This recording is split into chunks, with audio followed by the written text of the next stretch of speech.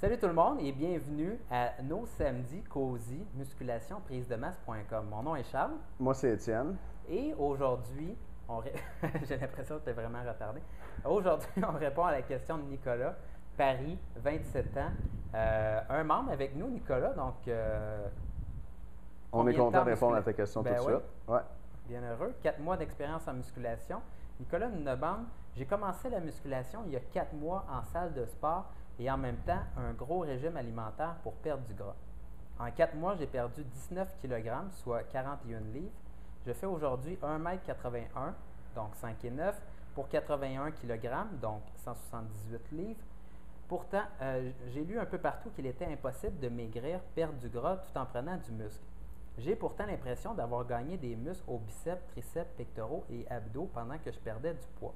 Peut-être est-ce juste une impression parce que j'ai moins de gras, donc le muscle se voit plus. Aujourd'hui, j'ai encore du gras et j'aimerais me stabiliser à un poids d'environ 70-75 kg, soit 154 à 165 livres. Dans un premier temps, et je suis donc en période de finition de ma perte de gras.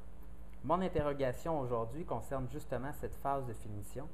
S'il est vrai que perdre du gras et prendre du muscle en même temps relève du fantasme, alors est-ce que je ne devrais pas arrêter la musculation pour une période de 6 semaines, voire 2 mois, en faisant une solide sèche hyper rigoureuse et en me tuant sur le cardio par intervalle à la place? Et ensuite, après cette sèche, repartir sur une prise de masse pour enfin réellement prendre du muscle. Ou alors, dois-je continuer comme je fais, c'est-à-dire régime hypocalorique, plus musculation, plus cardio? Ce qui me commence à me fatiguer un peu mon corps, je dois l'avouer, jusqu'à perdre mes 7 à 8 kilos de trop.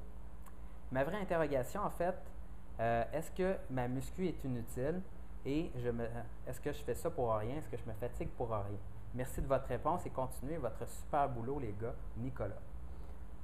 Bonne question, Bonne Nicolas. question. Excellente question. Je veux commencer par te féliciter sur tes résultats.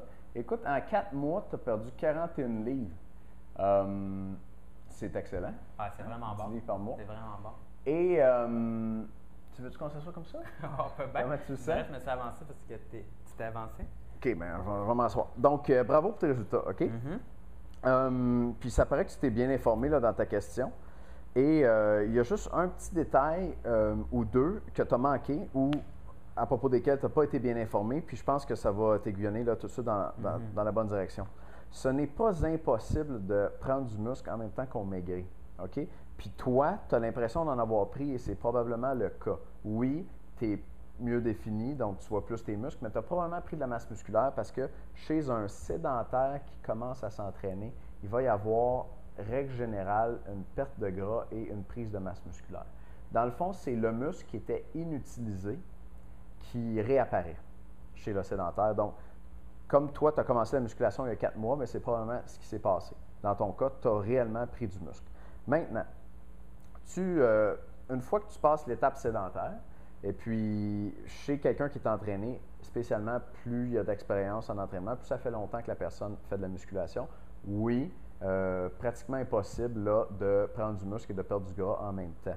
Et puis là, après 4 mois d'entraînement, surtout avec le genre de résultats que tu as eu, sans doute que c'est difficile pour toi. Est-ce que ça veut dire qu'il faut quand même que tu élimines la musculation? Non.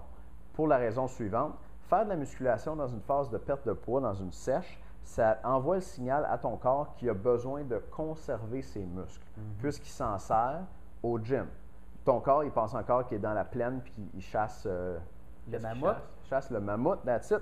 Fait que si ton corps, là, il est dans la plaine, chasse le mammouth, puis il se met à avoir une famine, puis là, il n'y a plus rien à manger, là, il faut qu'il aille chercher la différence entre l'énergie que tu dépenses et que tu ne manges pas dans tes réserves de gras. OK? Et si tu n'utilises pas tes muscles, il va avoir tendance à puiser aussi dans ta réserve de muscles, spécialement si tu as une petite masse musculaire supplémentaire. Donc, on a un téléphone qui sonne.